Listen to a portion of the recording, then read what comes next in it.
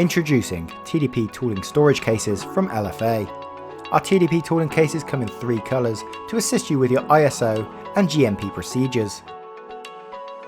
They have been specifically designed so they can take any size TDP universal specification tooling. The punches will sit inside its own die whilst in the case, which will protect the tips during shipping, whilst the case pinches them at the end to prevent them from knocking together. The case will provide an airtight seal, keeping your tooling clean from contaminants.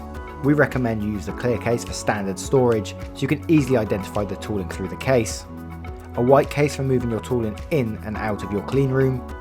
The red tooling box for keeping your dirty tooling in as it comes out of your machine. While storing your tooling in the case, we recommend applying some tooling lubrication. If you'd like more information on the TDP tooling cases, please visit www.lfatabletpresses.com.